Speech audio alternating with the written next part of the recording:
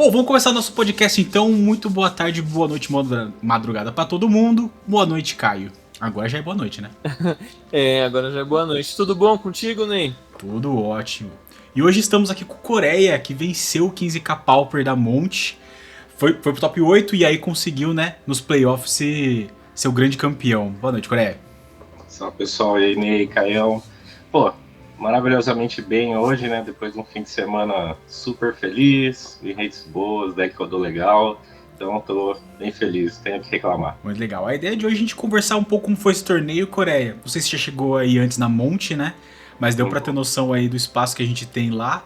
E também comentar um pouquinho como foram seus jogos. Sei que faz alguns dias aí que você jogou, né? Mas vamos ver o que a gente consegue pegar desse torneio de você, tá bom? Caião, quer começar? Queria começar entendendo um pouquinho a respeito, assim, da escolha do deck. Porque eu acho essa parte, esse aspecto muito legal. Tipo, entrar na mente realmente do jogador e entender qual foi, assim, o raciocínio, a tomada de decisão até você escolher o deck que você escolheu, né? Você estava jogando de Selesnya Boggles, a gente tá com a sua lista aqui. Que, assim, é um deck que quando a gente olha nos sites do metagame, ele nem aparece, né? Nas listas assim, que estão no topo. Então, foi essa a razão de você ter escolhido, né? De ser um deck fora, assim, um pouco do meta? Ou mais em relação a você já ter familiaridade com o deck? Qual foi o seu raciocínio? Eu primeiro jogava com Tron. Eu fui uma vez na Monte, joguei com Flicker Tron, porque era o deck que eu tinha no momento. E quando eu fui lá, eu dei uma analisada no que a galera jogava, né? E basicamente tinha muitos fadas, muito terror e muito rally. Era o que eu mais via, assim. Quase todas as mesas tinham um desse. E daí eu fiquei pensando assim, bom, se eu vou jogar lá o 15K, eu tenho que escapar desses baralhos ou ter boas matches contra esses baralhos, né? Então eu tentei desviar dos blasts. Como esses baralhos geralmente usam aí até 8 blasts no side, pô, não quero ter uma matchup que eu vou subir 2 cartas e o cara vai subir 8 contra mim. Então eu eliminei as cores azul e vermelha da minha ideia de baralho. E aí sobraram o verde, preto e o branco. Aí tem o Elfos, só que o Elfos, se eu pegar os Clark chamando a vida, é tchau. Aí eu pensei, poxa, um pouco frágil para jogar com ele. Tem ótimos pilotos lá, como eu vi o Luciano pilotando o Elfo como ninguém. Tinha o BG Gardens, só que o BG Gardens eu via que o deck não ganhava. Tipo, você olha ele jogando, ele vai, fica vivo pra lá, pra cá e não ganha. Aí, num Spasmos, eu vi um deck de Fractious GW que tava fazendo resultado, daí eu pensei, nunca vi um Fractious na vida, será que isso aqui funciona? Aí conversei com um amigo, ele falou, você vai tomar o Clark, vai tomar as coisas também. Aí tentamos colocar o Fractious Fly, né, no baralho para conseguir voar e tal, mas não rendeu muito. Ele falou, mano, troca, se você quer ir de GW, vai de Boggles, é o mais sólido na cor que tem ali para você jogar. Eu falei, pô, será que rola? Eu não tenho esse baralho. Ele falou, eu tenho aqui, monto para você agora. Daí saiu essa ideia do Boggles. E isso aí era na quarta-feira, já agora do campeonato. Aí de lá para cá foi ralar, treinar as matches. Tanto que eu não estava tão familiarizado com o deck, assim, não joguei muitas partidas, mas eu assisti muitos jogos de Boggles nesse tempo, para aprender as plays, o que o pessoal subia contra e tal. Então, até no torneio eu perco alguns triggers lá, porque realmente eu não tinha jogado muito com o baralho, mas eu assisti muito e sabia o que tinha que fazer com o baralho. Daí eu pensei, bom, se eu escapar dos decks pretos, eu tô bem, porque eu vou chegar lá num top 8, vai ter uns rallies e os fadas e os terrors que eu tô preparado, e aí eu consigo ganhar. E eu acho que foi o que aconteceu daí. Muito legal. O Boggles, né, que você estava falando, Coreia, ele tem uma match muito ruim, provavelmente, com os Monoblacks, principalmente, porque tem muitas formas de sacrifício no formato, né? É muito utilizado dessa forma. E aí o Boggles é exatamente onde ele peca, né? Ele vai fazer 1, 2 bichinhos, vai tomar o sacrifício e aí ficou pra trás mesmo, já fica difícil de ganhar, né? Dei uma estudada nos edits que tinham no formato, assim, né? Então eu vi que tinha a Extrair a Confissão, que talvez é o melhor que tem, né? Porque se ele conseguir pegar o bicho maior, eu não tenho nem como proteger o meu bicho fazendo um outro, alguma coisa. Então dei uma estudada nos edits, assim, para ficar esperto do que eu podia tomar, mas realmente é bem difícil contra os Blacks. E aí me conta um pouquinho como foram suas matches, né? Vamos começar pela primeira, deixa eu até pegar aqui pra não pedir muito de você. Na primeira partida aqui, ó. Foi contra a Naya, Vinícius Conte. Foi um rapaz de Tron. Era um Tron Jund, não era? Não, eram Gates. Gates, isso mesmo. Eram Gates Gates tricolors, assim, Gates tricolors, assim. E essa match foi tranquila, assim, ele não interagiu muito com o meu board, ele tinha Traben de main deck, eu lembro de ter tomado, mas não teve muita interação, porque ele lembra de fazer Crisálidas não para a Sylvana, então assim, foi uma match bem tranquila essa. A Sylvana que é uma carta muito boa de uma maneira geral, porque ela consegue entrar muito rápido no deck, né? No jogo, desculpa. E ela, por ter Hexproof e só poder ser bloqueada como se ela tivesse voar, o que é diferente de ter voar, acaba ficando muito difícil de bloquear ela, né? Sim. Ele tem os cores Skyfisher que podia ser algum problema no começo do jogo ali, mas depois que começa a ficar maior os boggles, tipo, não tem muito comparar ele. Não, exatamente. E o deck também... Uma pergunta, Coreia, antes da gente passar pra próxima partida também. Você fala que esse deck ele é muito bom contra os Terrors, contra os Rallies. Eu entendo que você veja muito por um lado de que você consegue ganhar muita vida, né? E esses decks eles têm um reach até um certo tanto, depois fica difícil. É mais ou menos por aí? Isso. Contra o Terror não é uma match não contra o Terror, mas eu pensei mais no Rally. Quando melhorar ela com o sideboard, né? Agora contra o Rally, o plano é fazer um bichinho, esquipa, tentar se proteger para não tomar o Wind Festive, Edson Electric ali, pode vir para o side, e fazer qualquer coisa para ganhar vida nele ali. É um plano bem básico, por isso que essa matchup é 90-10 pro Boggles, assim, não tem como o Boggles perder se ele jogar o básico ali de encantar com lifelink e bater. Exatamente. A gente que joga T2, né, Caio? Fala assim, falta um Screaming Nemesis, né? Eu não tô muito acostumado assim com o formato Pauper, né, nem com o metagame, então até para poder aqui ter essa conversa, né, com Coreia, eu tô dando uma olhada junto aqui com vocês, né, nos decks, assim, do formato. Você comentou que tentou dar uma melhorada nessa partida usando o seu side. Qual carta especificamente que você colocou pensando nessa match, assim? Essa match tem o Rofellos Gift, que é uma coisa muito importante. Eu sei que o Terror não vai usar relíquia no side porque ele quer interagir com o próprio Grave, né? Então é uma match que eu vou tomar counter geralmente nas auras mais caras, né? Acho que eu vou fazer uma máscara, ele vai anular, ou talvez uma armadura etérea. Ele consegue ficar bloqueando, né, e champando com bichinho se eu não achar o Trample. Então eu tenho um CTC de main deck especialmente para dar mais um Trample nessa match. Às vezes tem algumas listas que estavam usando Murmuring Mystic e tal, e os passarinhos dão muito trabalho, eles estão bloqueando qualquer coisa. Eu acho que era isso. Então a Sylvanas eu vou tentar guardar ela para fazer várias mágicas num turno e tipo tomar counter numa mágica importante e depois resolver ela. Então tentar fazer um Rancor, depois Ethereal Armor, toma o counter e dou o Rofellos Gift. E geralmente está cheio de Boggles na mão ali parado, né? E todos são verdes, você mostra eles e volta as auras do Grave para a mão para conseguir continuar o jogo. Então te dá um gás, né? Às vezes só comprar a carta ou Malevolent Rumble não é o gás suficiente para você jogar contra o Terror. Então era mais um gás ali. O Rofellos Gift é excelente porque ele dá muito card advantage, né? Especialmente no late game. Então, com uma mana verde só que você consegue, talvez, fazer como a última mágica, né? Que seu oponente já gastou os recursos, já tapou, né?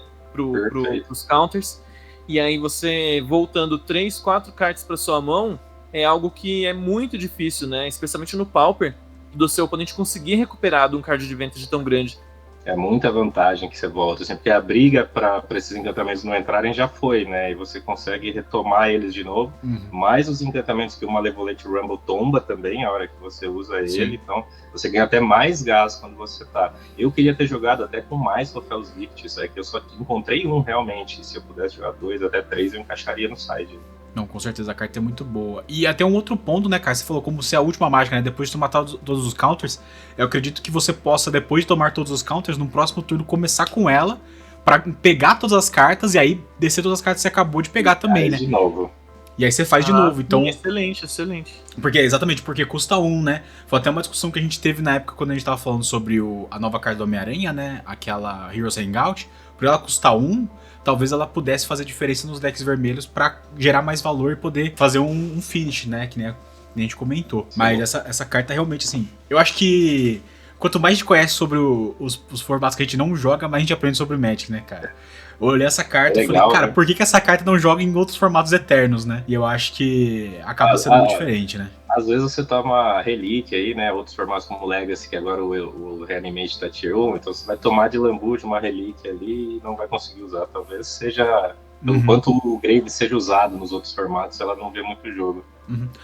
E eu penso assim também, muito deck que usa, né, encantamentos de uma maneira geral, ele acaba cuspindo muito a mão, né? Porque ele vai conseguir gerar muita mana com outras cartas, né? Tem aquela criatura encantamento que gera mana igual ao número de encantamentos que você tem, então acaba sendo formas Tem muito, Land tipo, também muito faz eficientes isso, de você fazer, né? O Pauper não tem tudo isso, né? Acaba sendo dessa forma, né? E aí passando pra sua segunda match, vamos dar uma olhadinha aqui. Você jogou então com o Visions ao Meio e tava de Mono Red Agro, né? Que é exatamente o que você queria fazer, né? Pegar os Mono Red Agro. Então, foi um 2-0 tranquilo, né? De certa forma. 2-0 tranquilo. A estratégia contra o Mono Red Agro ali é muito simples, né? Porque a match já é de deveras boa, né? Jogando com 4 mantos de tatu e um lifelink no main deck. E daí pós-side eu tirava um dos bichos de 2 manas, a Silhana, e subia os elfos. Os elfos que matam fadinhas, que não estão aí só para matar fadinhas, porque eles são excelentes blocks contra o Mono Red do Pauper, porque o Mono Red do Pauper, os bichos é tudo 1/1. A maioria deles, só não tem o Tomb Stalker, né? O Tomb Stalker não, o Tomb Rider, e a que gera 2 manas, a Emissária. Então o resto ele vai parar no peito. E se você botar um manto de tatu nele, ele fica 3-4 e já não toma um raio mais. Então, no pior das hipóteses, ele vai para cima do Mono Red também. Então a estratégia é só subir esses caras e subir mais o lifelink que tá no side, né? Como eu tenho os tutor no main deck, sobe mais um dele. Então assim, a match é bem fácil de executar, não tem segredo. É pôr um bicho, encantou um lifelink e acabou. É o Scattershot Archer, né? Quem Isso tá assistindo mesmo. aqui no YouTube vai poder ver a imagem da carta. Você vai poder Então ele é assistir um no elfo Spotify arqueiro, também, 1 né? mana verde, 1/2. E ele tem a habilidade de tap para dar 1 ponto de dano a cada criatura com voar. É muito legal isso, porque ele serve como você estava explicando pra gente, side contra 2 decks ao mesmo tempo, né? Isso. Você conseguiu otimizar bastante esse side para realmente ele ficar perfeito, assim, bem tunado contra o field inteiro, né? Eu tinha uma resposta aí, por mais que não fosse tão efetiva contra alguns decks, eu conseguia pelo menos ter algo para responder tudo que estava no field. Tentei mesclar 1, 2 cartas sempre. Então aí, 2 Scattershot e um lifelink. Aí cada matchup eu tinha 2 cartas para subir especificamente. Como elas são sempre 2 ou 1, ou era 2 cartas ou 4, ou side in, side out, né? Tava bem triangulado. Muita eficiência, né? E esse ponto, cara, que você falou que consegue fazer isso, eu acredito que seja muito por conta da quantidade de cartas que existem em Pauper, né? Porque a gente vê, por exemplo, side edição, a gente tem muito mais carta comum do que qualquer outro tipo, né, obviamente. E isso acaba fazendo com que a pool Pauper seja sempre crescente e muito mais do que os formatos, né? E ainda mais que, tipo, com essas novas tecnologias que estão acontecendo, a gente vê cartas cada vez mais eficientes, né? Óbvio que tem coisas mais do passado que a gente acaba perdendo a mão, né? Um exemplo muito claro é a Assessor Recall, que tecnicamente é uma carta incomum, né? Então, assim, é uma doideira isso. Mas no sentido de que existe muita coisa nova entrando que tá fazendo muito efeito, né? A gente viu isso com as Artifact Lands, né? Que entraram muito depois, elas entram tapadas, mas por serem indestrutíveis, staple completa do formato. A galera começou a buscar Dust to Dust porque exila artefato pra poder lidar com isso, porque realmente virou, assim, a staple do formato, né? Lança uma coleção nova, o formato dá uma girada, né? Umas cartas aparecem, outras somem, sempre assim. No Pauper parece que é mais movimentado isso, né?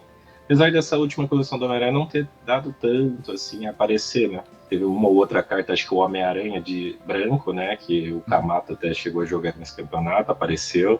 Mas acho que foi Tem só a isso. habilidade de web slinging, né? Por uma mana, fortíssimo esse Homem-Aranha. Sinceramente, eu tava com medo de passar, de trombar ele ali no campeonato, que não é uma good match, não. Traben Charme de main deck, essas coisas, não é legal. Não é legal tomar, né? Aí fica difícil mesmo. Vamos passar então pra terceira rodada aqui, né? Você jogou com... Bom, aqui tá escrito ZR, né? Não faço ideia de quem seja. Um abraço, ZR. Abraços, R. O nome dele era José alguma coisa. Faz sentido. Eu imaginei que fosse um Zé alguma coisa, Zé Renato, Alguma coisa. Zé Roberto, alguma coisa assim, né? Algo assim, não tô lembrado. É um rapaz muito simpático. Legal. E ele tava jogando de Temur Tron, né? Que era um deck que você não falou que tava esperando ver, né? Como que é essa match pra você? Eu achava essa match um pouco mais fácil, né? Porque são dois decks que não interagem muito um com o outro. Só que, rapaz, ele faz muito bicho grande, assim. Chegou um momento numa match que eu tinha um Boggles 45/45 e eu não conseguia bater, porque ele tinha bloco pra tudo e matar o meu Boggles ainda e ficar com bicho. Caramba! Então, assim, ele fez uma tonelada de bicho, assim, e o jogo não andava. Não andava. Eu não batia, ele não batia, não batia, não batia. Então, esse cara se defendeu muito bem. E ele foi um cara que, assim, essa match foi o G3, e na última match, na última hora eu consegui achar um Material Armor para dar iniciativa, e aí eu consegui bater. E aí eu bati, ele champou tudo para não morrer, e ele falou, não vou desistir porque eu ainda tenho uma chance. Ele comprou uma carta assim, era um mapa, mas ele revelou de baixo e era um édito cruel. Esse rapaz estava jogando com 4 éditos de side, mesmo estando de Temur Tron, ele tinha as pedrinhas para gerar o preto e ele tinha os sacrifícios no side. Então esse cara veio preparado pro Boggle, só não veio side. Às vezes a gente precisa dar uma rasgada também, né, Coreia? Pô, uma carta ali que fez toda a diferença, né? Um drawzinho a mais que ele tivesse, eu tava lascado, velho. Ele mataria o meu bicho e toda aquela defesa, aquela muralha ia entrar em mim. Uhum. Não, aí você vê como jogador de Tron, realmente o Anban, né, do Prisma Profético, faz o deck rodar com quantas cores ele quiser. Porque o Prisma Profético ele vai ter que usar de qualquer jeito, né, pra dar fixada, e aí o deck acaba virando um 5-color fácil, se ele quiser. E aí, como que você pensa nas cartas que ele pode ter? Não tem como, pode ter todas as cartas do Pauper ali na hora pra responder você. Então, às vezes vai na sorte mesmo contra esses Trons, assim. Às vezes é necessário, né? É isso, né? Tipo, você tem que ter alguns planos pra algumas coisas, né? E eu acho que ele pensou exatamente nisso que você tá falando, né? O cara pensou, pô, talvez venha uma galera jogar de Boggle exatamente pra predar os principais decks que tem em Campinas, e eu vou tentar me preparar pra isso, né? A gente não sabe como cada um se prepara. A gente já viu pessoas se preparando muito bem aqui no podcast, né, Kai? A gente falou até do Black, né? Em algumas edições atrás. Sim. Ele veio muito preparado e deu muito bom pra ele, né? Assim como você também, né, Coreia? Falou, vou aí pra enfrentar 3 decks, enfrentou um deles durante o Suíço e pegou alguns no top 8 também, né? Tá bom. Você tem que estar bem preparado, você tem que estar esperando que você possa enfrentar tudo, assim, que é esse cara. Ou ele deve ter um amigo que joga de Boggles na loja com ele, que ele sempre perde, sabe? Mas tem que vir preparado, né? Metes como High Tide, que você não tem muita interação também, você tem que ter algo para se preparar, senão você não pode aceitar chegar no campeonato e perder de 2-0, né? Tem que estar ali preparado. Exatamente. E aí, na rodada 4, né, você enfrentou o Boleto, né, aqui de Campinas, e ele tava de mono red, né? E aqui aconteceu uma situação engraçada que eu tomei um warning nessa matchup aqui, que eu esqueci meu side dentro. E era um side, era uma carta que eu tinha subido contra o Tron anterior, que era a que encanta uma criatura e dá um Oblivion Ring, basicamente. Eu tô usando no side, que era uma coisa que eu tinha pra tirar os bichões dele. E a hora que eu abri a primeira mão contra o Boleto, tava ela lá. Aí eu já chamei o juiz veio, me explicou toda a situação, né? Trocamos e jogamos. Mas aí, de novo, mais uma vez a mesma matchup do Boggles contra o Red. Acho que foi 2-0, se eu não me engano, porque aí no dia 2 ele tomou o Elfinho com o manto de tatu e eu comecei a rushar ele com o Elfo. Daí acabou a match ainda, ele perguntou pra mim, por que você sobe esse Elfo aí, né? Daí expliquei pra ele a mesma coisa, né? Se ele vai parar seu deck e depois ele vai te agressivar. E foi o Elfinho que acabou ganhando dele. Não, essa diferença de você tirar a criatura de custo 2 e colocar a criatura de custo 1, que ainda consegue segurar as de custo 1 do oponente, realmente eu acho que foi uma sacada muito legal. O encantamento que você estava comentando, que é um Oblivion Ring, eu até me surpreendi, porque eu não esperava esse tipo de efeito no Pauper, né? Chama Chains of Custody. Aí o pessoal também que tá vendo o podcast no YouTube tá vendo a carta na tela.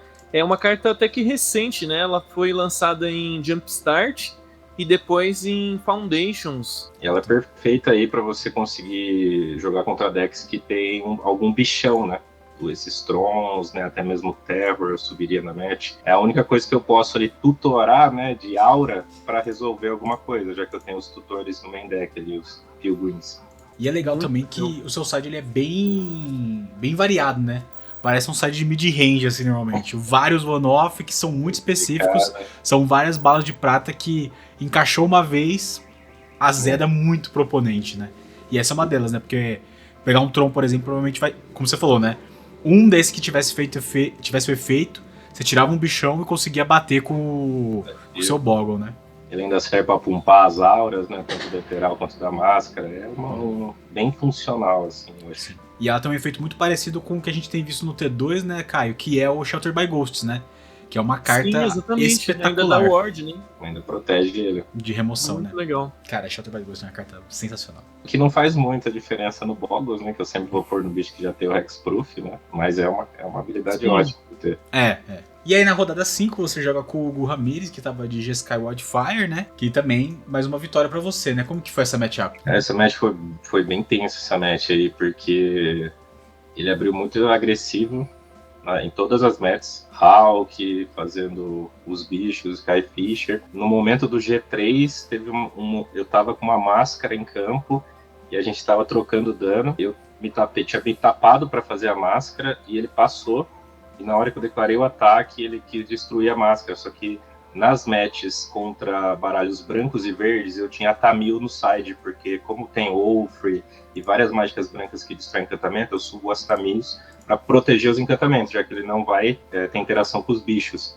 E daí a hora que ele tentou dar, eu tava destapado, consegui proteger a Tamil e dei o letal nele ainda. Então foi assim, um detalhe assim, da play do último turno que fez a vitória nessa match aí. E novamente o Cyrus demonstrando perfeito no momento que precisou, né? E cara, quanto mais a gente lê Magic, mais a gente aprende, né? Pra mim, Custódia de Tamil pegava só criatura e artefato. E aí você lê a carta e ela fala permanente. Não, é permanente. Cara, é absurdo. Tem até uma outra branca que tem um efeito parecido de dar Hexproof indestrutível também pra qualquer permanente. Mas a Custódia de Tamil também ganha vida, né? Que pode ser bem útil em algumas partidas. 2 de vida ali, uma hora pode fazer a diferença, né? Esse é o tipo de carta que você sobe numa match contra o Mono Red? Não, contra o Mono Red não precisa. Como eu falei, a match é tão básica, tão simples que não precisa subir contra o Mono Red. Ela é só mesmo para proteger contra os baralhos que tem remoção. Então subiria contra um Jund, por exemplo, poderia ter um Wolf, contra o Mono White do Kamata lá também subiria, tentar proteger os encantamentos, porque ele não vai interagir com o bicho de nenhuma forma. Uhum. É muito difícil, né?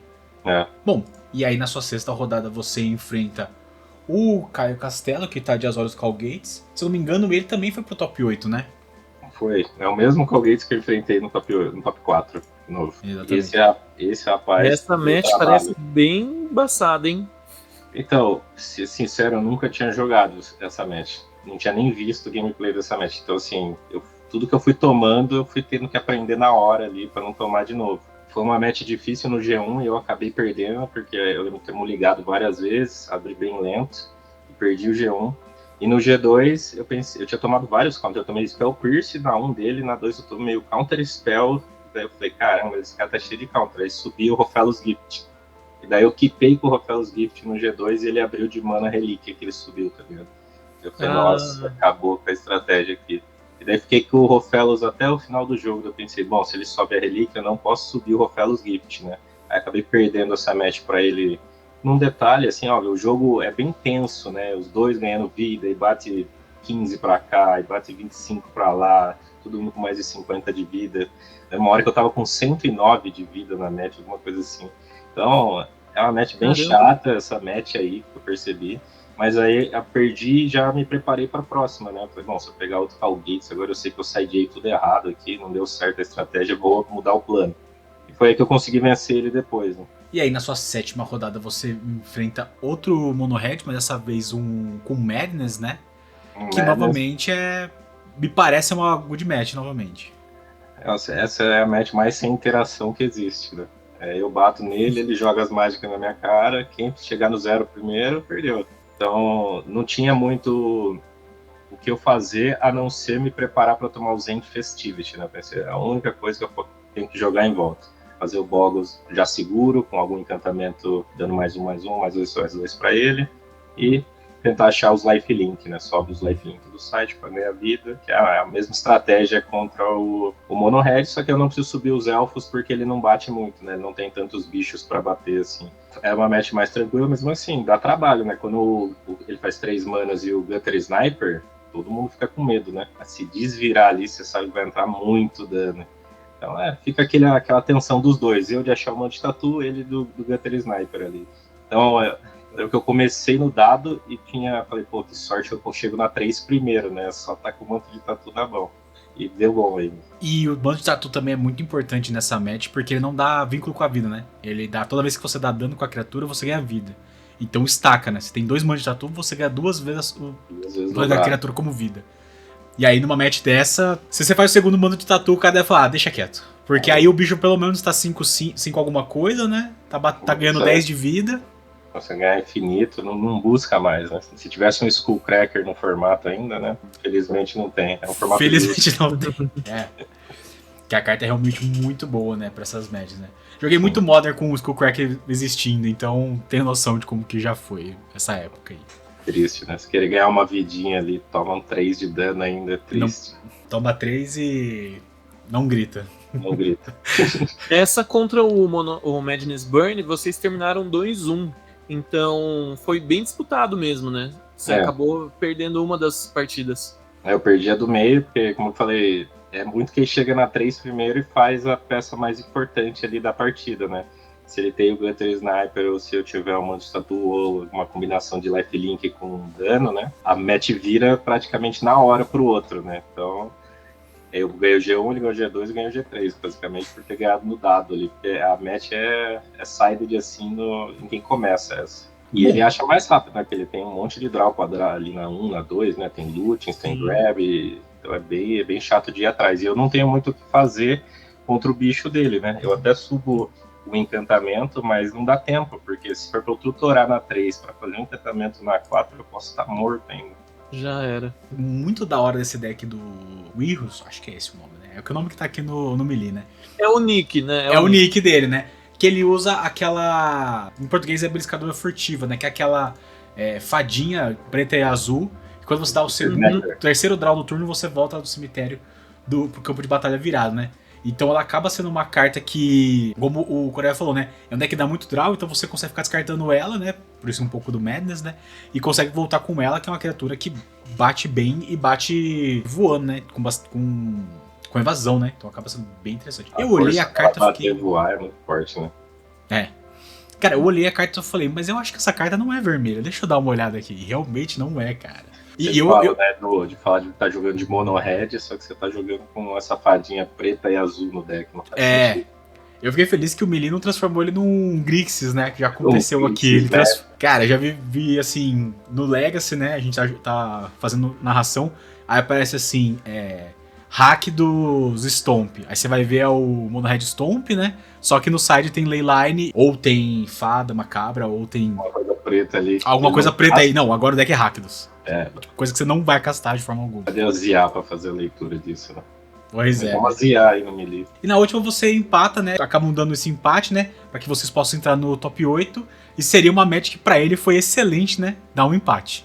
Foi excelente, mas ele não conseguiu desviar, né? Porque eu passei... porque daí a primeira rodada do top 8 foram vocês, né? Foi. Não é como se a gente não tivesse visto acontecer, né, Caio? A gente viu isso acontecer no RCQ Premium, raro, né? Mas acontece muito. Acontece muito, né? E aí vocês se enfrentaram e aí não teve jeito, né? Esse rapaz é muito gente boa, porque ele tinha um Boggles na mochila. Ele falou, eu jogo de Boggles também e tal, gostei do seu Boggles, tava torcendo pra você e tal. Muita gente boa, rapaz. Ainda mostrei o deck depois pra ele, falei, joga com o Pilgrim aqui que é legal e tal. Mas um cara muito gente boa. Mas também acho que foi 2-0 essa. Mesmo esqueminha do Mono Red. Eu vim realmente pra enfrentar os Mono Reds e foram colocados no meu caminho, né? Não teve jeito. Eu me perdi na conta no quarto aqui, Caio. Não, foram muitos mesmo. E Fadas foi um deck que você, quando analisou o field, né? Você julgou que tinha muitos e você acabou não enfrentando nenhum Fadas nesse torneio, né? Tinha passado um pro top 8, né? Tinha o Kiko.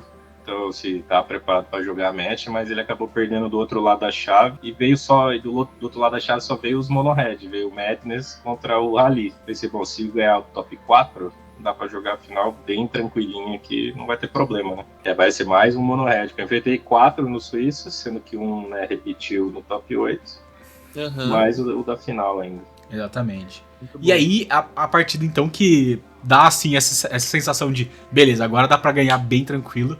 É exatamente essa das quartas, né? Aliás, desculpa, da semifinal, né? Que você enfrenta o Caio de novo e ele tá com esse deck que você até então não tinha visto, né? E aí, como que você fez essa leitura de, tipo, que eu preciso fazer pra poder não perder da mesma forma que eu perdi no suíço? Começou trocando a ideia do sideboard, né? A ideia do sideboard de subir os troféus gift não ia adiantar muito, então tem que subir o flag bear nessa match para você puxar o alvo dos portões. E eu tentei subir o Traben Charm para tentar exilar as fogs do Grave, ou tentar matar um bicho em resposta de algum pump que ele fosse atacar ganhando vida. E a Flaring Pain, porque, nossa, o que eu tomei de fog desse rapaz aí é brincadeira, viu? Brincadeira. Na primeira partida do top 4, eu tomei as 8 fog dele, né? A fog dada e a recapitulada, que eu esqueci o nome. Moment's Peace? Matic Standing, né? Stands. Ah, eu sei, por Smash Strandings. Sim. Isso. Então, aí eu pensei, bom, preciso mudar o plano de jogo, tanto que a hora que eu subo pra stream jogar, eu já tô perdendo de 1-0, porque eu já tinha tomado essas fogs. Eu tinha um bicho 40-40 na mesa, mas não encostava nele por nada, por causa de tanta fog. E na hora que eu levantei, eu peguei a ficha do meu germe e pensei, cara, a ficha do germe podia ter matado ele, porque ela é incolor. Nesse momento que me deu o estalo de eu querer transferir os equipamentos para o Germe na partida. E como eu já sabia que ele ia tirar os Journeys, porque todo mundo tira os removals, né, contra o Boggles no G2, no G2, a hora que eu tô na stream, chega um momento que eu tenho que decidir se eu troco o meu bicho, que tá equipado já, e perco ele, mantenho minha ficha com manto de tatu, ou se eu fico com o bicho. E daí, nesse momento, eu já tinha tomado 3 fogs, então eu pensei, bom, vai se repetir as coisas do último jogo, sabe? Eu vou começar a tomar fog atrás de fog, a 8 de vida, eu não vou conseguir ganhar vida e vou perder na race, né? Eu peguei e comecei, eu troquei, fiz uma troca, forçando ele a gastar um Traben Charm, que ele denunciou a hora que ele atacou que ele tinha um Traben Charm, e mantive meu token Germe com manto de tatu.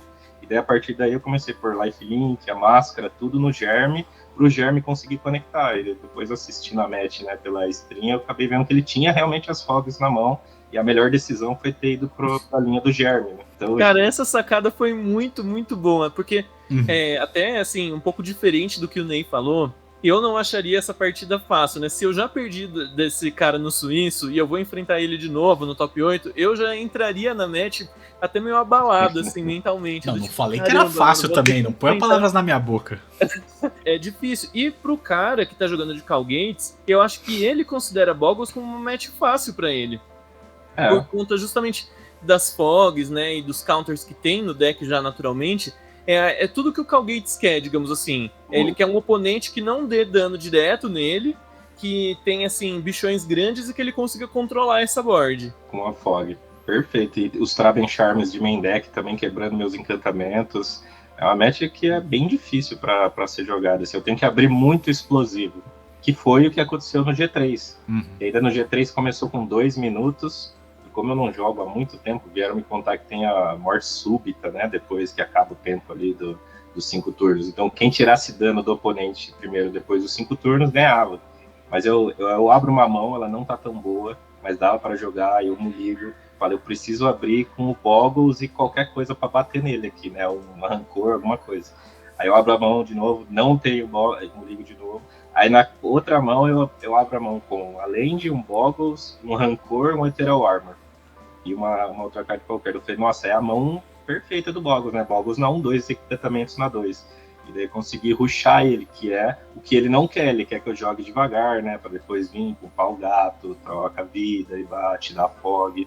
Então o G3 foi bem mais fácil, mas o G2 foi uma decisão ali de querer trocar pro Germe, que fez toda a diferença no final, sabe? Exatamente. Uma brincadeira que a gente faz aqui, Coré, é falar que um cavaleiro de ouro ele nunca toma 2 vezes o mesmo golpe, né? E aí você tomou isso no suíço, conseguiu aprender, e aí mostrou que dava pra ganhar também essa partida, né? Apesar de não ser fácil, né? Ali entre as rodadas a gente vai pensando muito, né, como que a gente fez de errado, né, que pode melhorar. Eu, pelo menos, eu odeio pensar que foi sorte ou alguma coisa assim. Se eu perdi, eu poderia ter feito jogadas diferentes, poderia ter feito algo melhor, então eu tento buscar o que dá para ser feito. Nessa aí eu já vi que era o side e a maneira de se comportar no jogo ali, e tentei rapidinho trocar esse mindset aí. O psicológico nessas horas é muito importante mesmo. Essa partida, se subir depois no canal do YouTube da Monte, eu vou com certeza querer assistir, porque acho que foi a partida mais emocionante do torneio inteiro pra mim. Nossa, e essa partida eu perco 3 turnos do Miss Trigger do manto de tatu, que nossa, me dá... Chega um momento assim que eu falo, nossa, eu tô batendo muito mais que ele, como que eu tô com menos vida ainda, assim, daí eu paro, boto a mão na cabeça, assim, eu falo, nossa, esqueci o trigger do manto de tatu, assim, daí o juiz falou assim, você esqueceu, né, o trigger do manto de tatu, mas infelizmente é isso. Dá um nervoso ali na hora, É. é complicado. Uhum. Porque também dependendo de quando foi, não tem como dar rollback e assim acabou, né? Mas também tem a questão de... O Kai é juiz, né? Ele vai poder explicar melhor isso. Mas eu entendo que também por ser um trigger que favorece o jogador, eu acho que quem decide é o oponente, é isso, Kai? Todo tipo de trigger pode ser esquecido. Nenhum trigger é obrigatório. Então, se for algo que você está esquecendo, entre aspas, e que seria algo prejudicial para você, então isso pode ser uma trapaça. Aí o juiz vai investigar, tal, verificar. Se for determinado que não foi uma trapaça, que foi assim um erro inocente, você vai só tomar um warning. Se for uma trapaça, aí você junta suas coisas e vai para casa, né? Agora, se é um outro tipo de trigger que não é algo de prejudicial para você, aí sempre quem vai ter essa opção, né, de caso o trigger não tenha passado mais de um turno inteiro ainda, é o oponente que vai decidir se coloca aquele trigger na pilha ou não. E aí, geralmente, né, o oponente tá ali para querer a vitória também, então, como é um ambiente competitivo, ele não vai pôr o trigger na pilha, né? Exato. Geralmente, mas pode acontecer. E não tem problema nenhum também o cara não querer colocar o trigger na pilha, porque cada um cuide dos seus triggers, não é mesmo? Perfeito. E o negócio da morte súbita que você comentou um pouquinho atrás, só pra, né, quem tá ouvindo aqui entender, é assim, geralmente os torneios, eles têm o tempo, e aí quando acaba o tempo você joga 5 turnos corridos entre os dois jogadores, né? Então joga 1, depois o oponente 2, depois eu de novo 3, e assim por diante. Quando acaba os 5 turnos, só registra ali como empate e vai para a próxima rodada. Mas quando você está num torneio que ele é de eliminação simples, não é um torneio suíço, ou quando você chega nessa etapa do torneio que é uma eliminação simples, igual a Coreia estava comentando, né, do top 8, então nessa etapa do torneio especificamente não dá para você declarar um empate, não pode acontecer um empate. E aí entra uma série de critérios de desempate que está descrito, né, nos documentos do Magic e tudo mais. Mas o mais comum, né, que costuma resolver as partidas primeiro, é a questão dos pontos de vidas. Aí quem tem mais vida ganha e é o campeão. Já vimos isso acontecer na Monte antes também, né? Aí eu não sabia, me avisaram ali quando tava acabando o tempo. Aí foi o que eu consegui planejar na cabeça, era isso, os mulligan pra bicho e vambora. Metodologia dentro, né? Boggles, encantamento, e tô batendo um monte aqui, cara. Você que se vire aí pra não morrer. Eu sou um cara que eu pego as regras, boto embaixo do braço e vou, assim. Eu por mim, não teria nem carta banida em nenhum formato. Lançou, joga, não tem segredo nada. Isso. Controverso, no mínimo. Polêmico. Um dia a gente vai fazer um vídeo sobre isso. A gente chama você de novo, Coreia, pra poder falar. Demorando, né? Eu sou contra a Bança. E aí, por último, mais ou menos importante, né? Afinal, você olha pro outro lado, vê uma pessoa no Red e fala: acho que é hoje, hein? Até esse momento eu queria ter splitado o top 8, né? Todo mundo tava querendo splitar, mas tinha alguma pessoa do top 8 que não quis splitar. Aí no top 4 eu também quis splitar, alguém não quis splitar. Aí na final caiu o Mono Red, 90% de chance de ganhar. Agora quem não quer splitar sou eu. Agora eu vou jogar ainda, pedir desculpa pra Ana, né? Falei, Ana, desculpa, mas é tão good match que eu quero jogar. Não tem como. E foi exatamente isso, né? 2-0 seco, assim, realmente... Não tem muito o que fazer, né? Você provou ao longo do torneio inteiro que Mono Red era praticamente um bye, né? Acho que todos você ganhou de 2-0, não foi? Talvez, eu acho que eu perdi uma que... você perdeu uma pro Mono Red Ractus. Ou Ractus pro Madness. Mas o resto foi tranquilo. Uhum. E a Ana abriu muito explosivo no G1, né? Nossa, ela abriu rasgando com as melhores mãos ali acho que foi 2 macaquinhos, teve o Tomb Stalker também, então foi uma mão bem forte que ela começou. Mas o plano contra o Mono Red é sempre o mesmo. Um bicho, qualquer lifelink. Então eu pus o primeiro bicho, depois eu pus o que dá iniciativa, daí ela já tem que pensar 2 vezes antes de bater. Aí com 3 manas faz o Pilgrim para buscar alguma coisa, e o Pilgrim já é um bicho 1/2, que tem aquela vantagem igual do Elfo de defender do Mono Red. Busca a aura que dá lifelink, e a partir daí você já começa a ficar fora do dano letal dela, mesmo se ela castar a mão inteira, não tem como buscar mais. Uhum. Tem que ser um conjunto de cartas muito forte, assim, pra, tipo, te dar quase 20 de dano uma vez só pra poder matar, né? E é muito difícil você estar só 20, né? Sim. Ainda a Ana tem rumores que ela usa um Fire Blast, que ela é apaixonada por Fire Blast, né? Então, sempre tava com isso, tipo, chegar a 4 ali, eu posso tomar esse Fire Blast, que ela é apaixonada aí, mas tentei me manter fora disso. Porém, eu sei que a gente lá no começo falou um pouquinho assim de escolha, né, de cartas do side, mas enquanto a gente estava conversando, eu estava dando uma olhada nas listas dos outros jogadores que também estavam de Boggles nesse torneio. Certo. E aí eu queria só fazer um bate-bola bem rapidinho, assim, das cartas que você escolheu não usar, porque os outros jogadores usaram, né? Uhum. Teve um dos jogadores que colocou no side Tainted Strike, que é aquela mágica instantânea preta que dá Infect. Essa carta pra você, por que você achou que não fez sentido, assim, pra esse torneio, pra esse meta, usar esse tipo de carta? Tem algumas listas que optam até por usar o Blistered Elf, né, que é o Elf Infect, para mudar a estratégia para matar mais rápido, né? Às vezes quando é baralhos que combam de vida infinita, alguma coisa desse tipo, você muda a estratégia para o Infect, basicamente. Mas eu não achei que isso era relevante lá, sabe? Eu achei que não teria baralhos assim que combaria de vida infinita. Tem o Familiars que pode fazer isso e tal, mas não achei que seria um problema. Então não precisava colocar nada de Infect no side, sendo que o Boggles trabalharia tranquilo contra os baralhos que eu queria. Interessante. Uma outra carta que eu queria perguntar pra você o porquê, né, de você não ter usado, é de hate de cemitério, por exemplo, Fada Macabra, alguma coisa desse tipo. Bom, o Spy é um baralho complicado de jogar aí, que usa o Grave. Eu decidi abdicar dessa match, assim, por saber que é uma porcentagem muito pequena do field que vai estar jogando com isso, e que eu não preciso me preocupar, assim, num campeonato grande. Você pode ter uma derrota até, né? Assim, digamos, você pode aceitar uma derrota. Então eu aceitei perder para isso, praticamente. Então o Spy é basicamente a match que eu não teria nada para subir aí, porque seria só o Rush contra mesmo. E o Spy, ele tem uma vírgula ali, que ele é limitado o dano dele. Ele não dá dano infinito. Então, você já ataca esse lado com as suas auras de ganha-vida, né? Exatamente. Você já se protege por esse lado. Então, se você começa a subir muito a sua vida ali, 60 e vai embora, ele não busca mais esse dano contra você, né? Tem que fazer várias combinações de jogadas para fazer mais returns e tal, então ficaria muito mais difícil. Então, seria aceitar isso e ir para ganhar vida na match e tentar ganhar. Sensacional. Eu não queria deixar a fada lá, porque a fada não encaixa com mais nenhum deck. Não existiria outro deck que eu queria subir a fada. Então eu falei, não vou abdicar desse slot aqui, quero coisas mais sólidas no site. Coisas mais eficientes. Muito legal. Né? Uhum. E a gente vê essa escolha até nas cartas que você comentou, né? O próprio Elfinho, ele não é só bom numa match, mas ele é bom em outras matches também, né? O cara fica lá e cá. Exatamente. Aí, por exemplo, o terceiro slot de Elfo é o que está aí um Gutshot. Só que na match eu vou subir do Fadas o Gutshot e os dois Elfos, só que o Gutshot serve se eu pegar outra coisa, um White Win, se eu pegar qualquer outro agro que não vai me burnar, né? Porque eu não quero tomar 2 de graça. Eu vou subir o Gutshot para matar um bicho. Então, ele flexibiliza e cada uma vai flexibilizando aí. Queria, só para fechar esses últimos minutinhos que a gente tem aqui, você já falou um pouquinho que você não é a favor de bans, assim, no formato, né? Mas eu gosto muito de ouvir a perspectiva dos jogadores que a gente conversa. Como que você está encarando o metagame do seu formato nesse momento, né?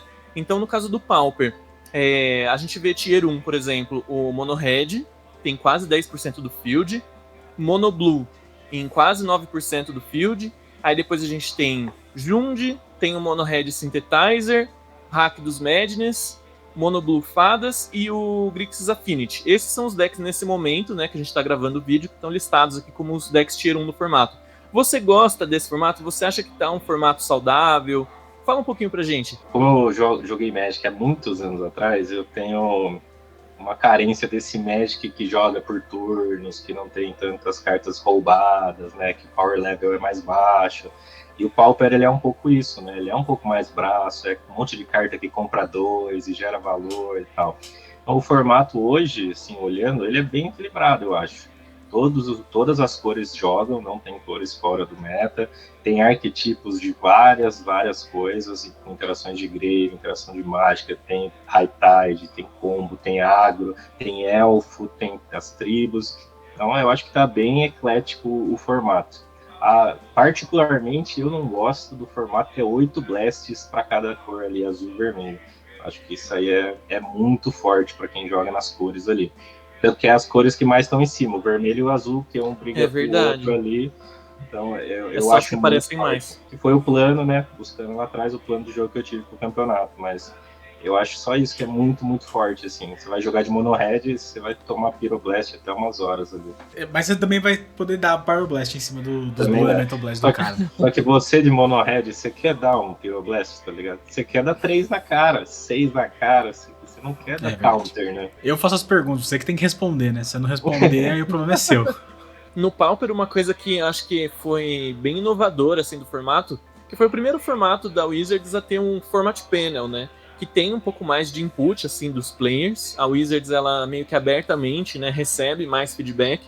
E por causa disso, a gente acaba tendo movimentações no formato com uma frequência maior até do que nos outros formatos. Tanto na questão de ter mais banimentos, né, quanto desbanimentos também, que é uma coisa bem interessante. Você tem gostado do format panel? Você acha que agregou pro Pauper? Eu não sei o que é o formato de panel. Você tem que me explicar agora. Eu só jogo e ganho. Foi isso que o Coreia falou, pra quem não entendeu, tá? Eu só jogo e ganho, acabou. Painel, banido, eu não tô nem aí. Eu só vou sentar, ganhar do cara da minha frente e acabou. É isso.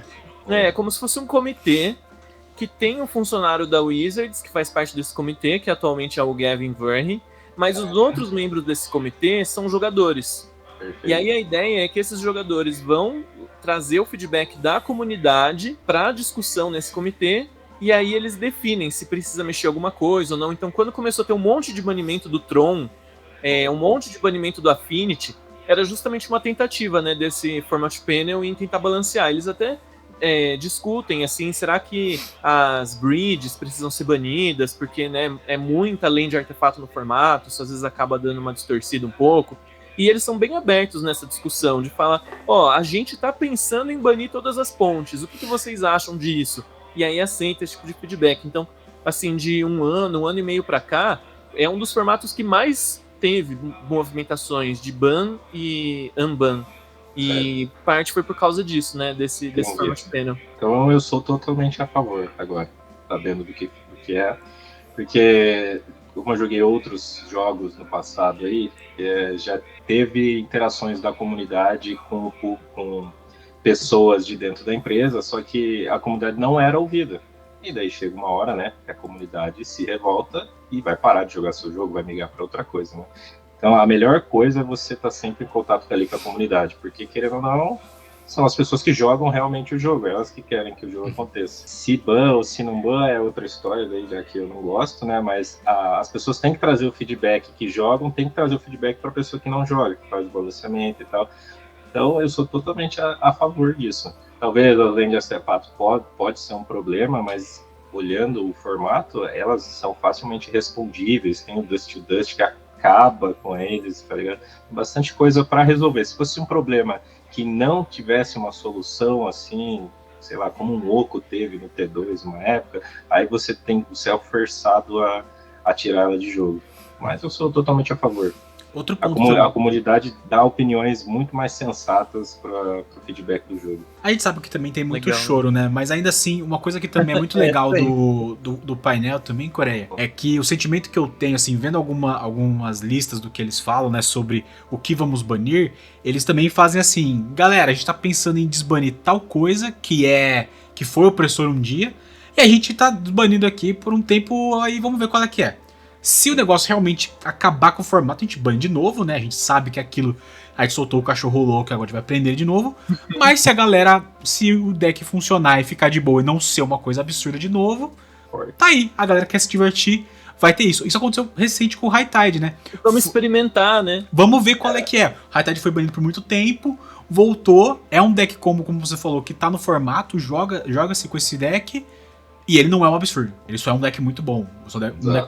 Então, ele falha, então vamos deixar ele aí. Exato, então ele virou um deck ok no formato, tá existindo, tá funcionando. E eu acho que isso é uma forma muito boa de deixar as pessoas confortáveis, no sentido de assim, quem quiser testar, testa, mas saibam que se isso aqui virar um problema, a gente vai banir, vai voltar a banir. E é isso, vocês estão avisados. Então não é uma coisa assim, pô, você não se sente assim... Vou dar um exemplo absurdo aqui, mas no Modern... Numa das últimas listas de desbanimento, desbaniu o Twin, né? Que é uma coisa que a galera pediu por muito tempo. E se o Twin tivesse se tornado um deck de novo opressor? A gente teria que esperar quase um ano de novo pra poder tirar o Twin? Acabou não sendo nenhum deck, né? Na verdade, infelizmente, para os amantes do Twin aí, um beijo. Infelizmente não foi essa Coca-Cola toda. Mas é isso, tipo... mas é isso, né? Então, eu acho que é importante, né? Outro caso, aí já indo pra um caso um pouco mais extremo, foi o desbanimento da Mox, né? A Mox foi desbanida, virou um deck, né? O Temur Guardian Station. A gente viu que o problema, na verdade, era a brecha, aí brecha foi banida. Tem esses pontos, né? A gente tem que... formatos que tem muitas cartas, eles também têm muitas respostas, né? Eles não são um coitado que simplesmente vai receber um problema e não vai conseguir lidar com ele, né? Tem que soltar um pouco mais, né? E a gente fez testes, e aí tem testes também mais antigos, como por exemplo o Golgari Grave Troll, né? Que simplesmente a galera falou assim, vamos testar aqui, vamos soltar ele junto com o Faithless Looting. Aí deu 2 semanas, o cara falou, pelo amor de Deus, parem.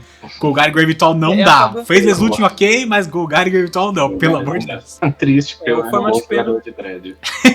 Triste. O format pena do Pauper acaba sendo, né, um pouco divisivo por causa disso, né? Algumas pessoas às vezes não gostam de ter, né, uma quantidade tão grande de bans assim.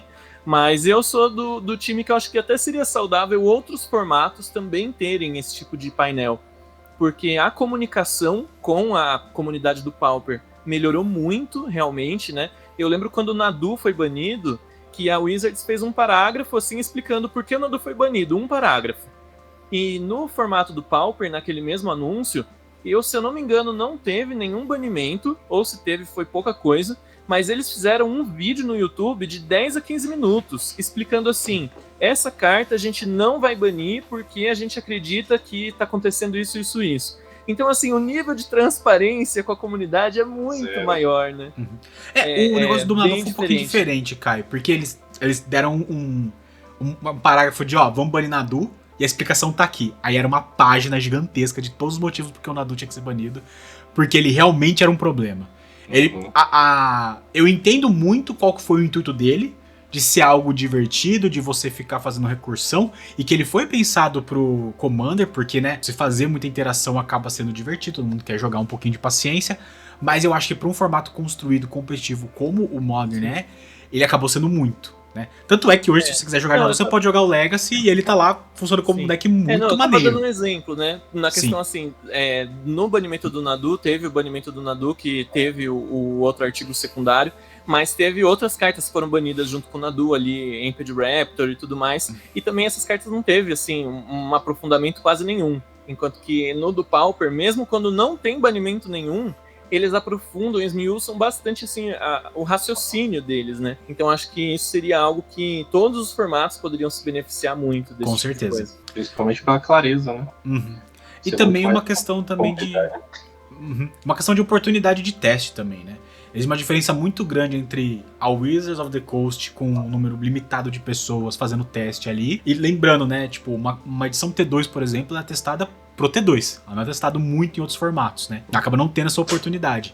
Agora, um formato como Modern, por exemplo, tem milhares de pessoas jogando ao mesmo tempo no Magic Online. Então você vê pessoas testando e a gente consegue ter uma ideia de o que está acontecendo, né? E essas pessoas têm noção do que está acontecendo. Então... Até pra dar um ban também é importante isso, porque às vezes tem uma carta que ela foi tão forte numa época que ela jogou, que fica aquele medo de soltar ela novamente aí para o competitivo, né? Aí o exemplo do High Tide e tal, que solta e não é tudo isso. Então, talvez algumas coisas que a comunidade possa buscar para ir soltando, né? E soltando mais coisas. E a pessoa que o Buzz solta e mais coisas aí. Sim. A gente viu muita coisa no Modern nesse sentido, né? Stoneforge Mystic, Jace, Bloodbraid Elf. Tudo carta que era, meu Deus do céu, essa carta não pode voltar pro formato.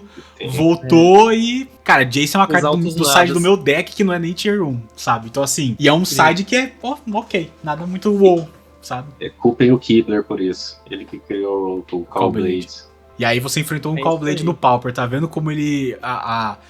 o efeito borboleta aí é uma realidade. Aí volta, né? Senão eu sou o ídolo, ele é meu ídolo, eu sou um grande fã do Black Cleaver. É verdade, até o seu playmatch, né, do Brian Kibler. Deixa eu ver se tá aqui. Eu vi a foto no post do Instagram da Monte, sensacional. Ó, lindão, é isso aí. Me entregou em mãos, ó, escrito aqui, assinado por ele, To Coreia, Brian Kibler. Caraca, caramba, que da hora. Isso é maneiro. Isso foi numa dos eventos de Hearthstone? Isso, quando teve em 2016, teve uma classificatória latina para ir jogar nos Estados Unidos uma vaga para o Mundial. E daí classificavam 2 latinos e 6 norte-americanos. E eu fui um dos latinos que classificou para ir para lá, nesse top 8, né? E daí quando eu fui lá, o Kibler era o cara que ia narrar o campeonato. Sim. Que legal. Caramba, eu vou encontrar meu ídolo. Caralho, que sonho, né, mano? Todo mundo tem um ídolo aí, gosta de alguém e fala, cara, que sonho. Eu lembro que na noite anterior do campeonato, a gente foi num restaurante, aí foi sentando todo mundo em volta na mesa, assim, umas 30 cabeças, né? Foi todo mundo sentando em volta. E a hora que eu sentei, ele sentou na minha frente. Aí eu comecei a tremer assim, com esse tremer, eu falava, caralho, o que eu vou falar? E não minha boca seca, não saía nem um raio, não conseguia falar nada, cara. Eu passei a noite jantando na frente do cara que eu admiro sem conseguir falar com ele, eu tava travado, assim. Aí, quando a gente foi voltar pro hotel, eu tava conversando com outro rapaz da produção e falei, pô, o cara é meu ídolo, sentei na frente dele, né, fiquei frozen, assim, fiquei congelado, não conseguia fazer nada. Ele falou, pô, que legal saber e tal, deixa comigo. Aí no outro dia eu fui jogar o campeonato, a gente tava na salinha dos jogadores, aí o Kibler veio, entrou na salinha, pôs a mão assim, vem cá um pouquinho. Ele me levou na varanda e falou, esse aqui é pra você. Me entregou na minha mão, assim, porra. Nossa. Aí, pô, não chorei ali, só que eu tava muito concentrado, mas a hora que cheguei no hotel, pô, que momento feliz da minha vida. Porra, que da hora. Isso porra, sim é muito da hora. Pô, muito e assim, eu sou apaixonado dele há muito tempo. Antes do Hearthstone, na época do Magic, ele criou Call Gates, ele criou vários baralhos, ele já era narrador de PT desde 2000. Então, assim, é um cara que, no mundo gamer, assim, eu admiro como pessoa, como profissional, como tudo, tá ligado? O cara é maravilhoso. Pô, muito legal, Coreia. Vamos acabar o nosso podcast hoje numa nota alta, hein, Caio? Que delícia, hein? É isso aí, nossa, muito legal essa conversa, gostei muito, até aprendi um pouco aqui do Boggles, e queria agradecer muito, Coreia, por ter, né, aceitado participar desse podcast com a gente. Muito obrigado. Queria deixar esse espaço também para você fazer seus comentários finais, divulgar suas redes aí pro pessoal que tá ouvindo. Pô, muito obrigado, Caião, valeu, né? Eu fico muito feliz de dar uma entrevista, de ter conseguido o resultado no campeonato, né? A gente sempre é muito apreensivo antes de campeonato grande, principalmente valendo muita grana, assim, né? Um campeonato de 15K, mas feliz de ter ido por um plano e o plano ter dado certo, né? Todo mundo traça um plano, mas poucos funcionam realmente. Então, fico muito feliz. Minha rede social aí é o @Coreia, quem quiser me seguir no Instagram. E é isso. Considerações, quem tiver por aí na Monte, né? A Monte, principalmente, que é um lugar que me atendeu super bem.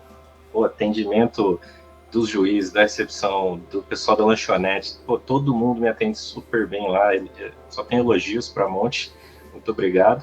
E quem me vê por aí nos campeonatos, para lá, dá um salve, sou super de boa, fico conversando, dou risada lá com a galera, tamo junto. Belezinha, então vamos ficando por aqui, gente, uma boa tarde para vocês que vão provavelmente assistir na hora do almoço, enquanto comem uma comidinha gostosa, e a gente agora vai ficando por aqui.